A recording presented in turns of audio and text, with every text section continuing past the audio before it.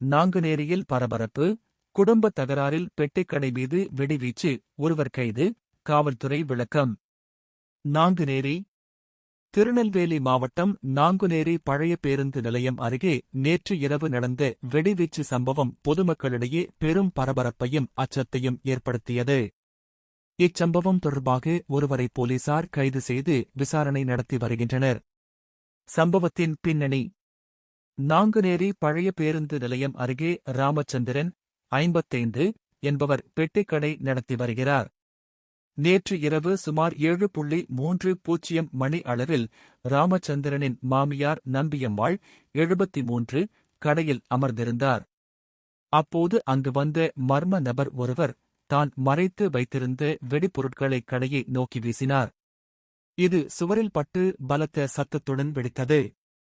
இந்த திடீர் வெடிச்சத்தத்தால் அப்பகுதியில் இருந்த பொதுமக்கள் அலறியடித்துக் கொண்டு ஓடினர்.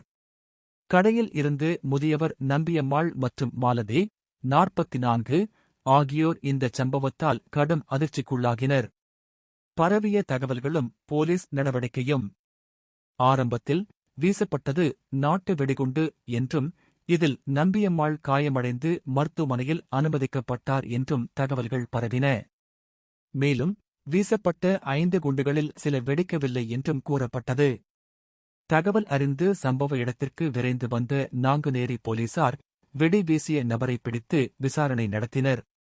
விசாரணையில் அவர் ராமச்சந்திரனின் உறவினரான முருகன், ராஜா, 35, என்பது தெரியவந்தது. குடும்ப பிரச்சினை காரணமாக அவர் இந்தச் செயலில் ஈடுபட்டது முதற்கட்ட விசாரணையில் தெரியவந்தது. காவல்துறையின் அதிகாரப்பூர்வ விளக்கம்: இந்தச் சம்பவம் குறித்து திருநெல்வேலி மாவட்ட காவல்துறை அளித்துள்ள தெளிவான விளக்கத்தில் கூறப்பட்டுள்ளதாவது: 1. வெடிவகை: வீசப்பட்டது நாட்டு வெடிகுண்டு அல்ல. தடயவியல் நிபுணர்கள், ஃபாரன்சிக் எக்ஸ்பர்ட்ஸ் மூலம் சோதனை செய்ததில் அது பட்டாசு ரக வெடி என்பது உறுதி செய்யப்பட்டுள்ளது. 2. காயங்கள்: இந்தச் சம்பவத்தில் யாருக்கும் எந்தவிதமான உடல் காயமும் ஏற்படவில்லை. சொத்துக்களுக்கும் சேதம் இல்லை. மருத்துவமனை அனுமதி: கடையில் இருந்த 73 வயது முதியவர் நம்பியம்மாள் வெடிச்சத்தத்தின் காரணமாக ஏற்பட்ட அதிர்ச்சியினால் ஷாக், மயக்கமடைந்தார். அதற்காகவே அவர் முதலுதவி சிகிச்சைக்காக மருத்துவமனைக்கு அழைத்துச் செல்லப்பட்டார். அவருக்கு எவ்வித காயமும் இல்லை.